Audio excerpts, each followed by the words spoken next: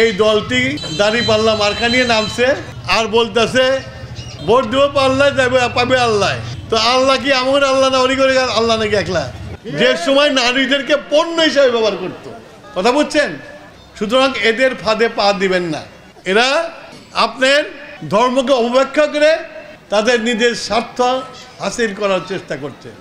এখন বলা হইতেছে যে নারীরা যদি ঘরে থাকে তাহলে অ্যালাউন্স দেওয়া হবে।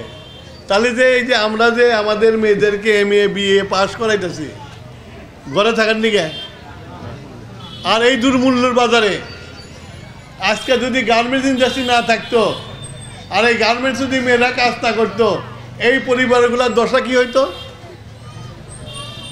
প্রত্যেকে আল্লাহ তাআলা 2 হাত দিছে।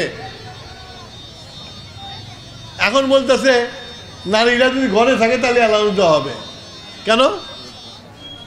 তার অর্থ আপনারা ওই দলকে যদি সমর্থন করেন আর যদি ভোট দেন তাহলে 200 বছর পিছিয়ে যাবেন। এই যে রাসূল করিম সাল্লাল্লাহু আলাইহি ওয়াসাল্লাম বলে গেছেন বিদায় হজে যে যারা সংখ্যালঘিষ্ঠ, এই যে আমার মা বোনরা আসছে সংখ্যালঘিষ্ঠ, হ্যাঁ সংখ্যালঘিষ্ঠ, উনি বলছে ওরা আমার আমানত, ওদের সাথে খারাপ ব্যবহার করো না।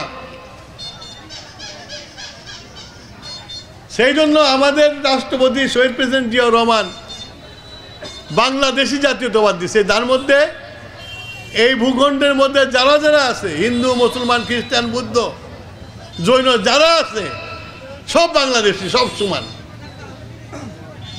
আমরা প্রত্যেকটা নারীর অধিকার সংরক্ষিত রাখবো।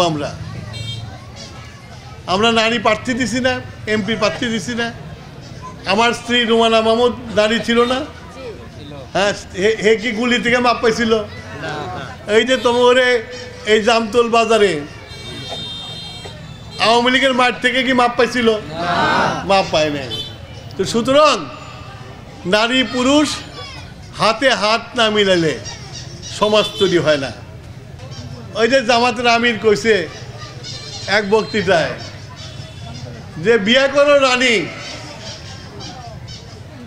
কামলা বিয়ে করো না। কথা বুঝছেন?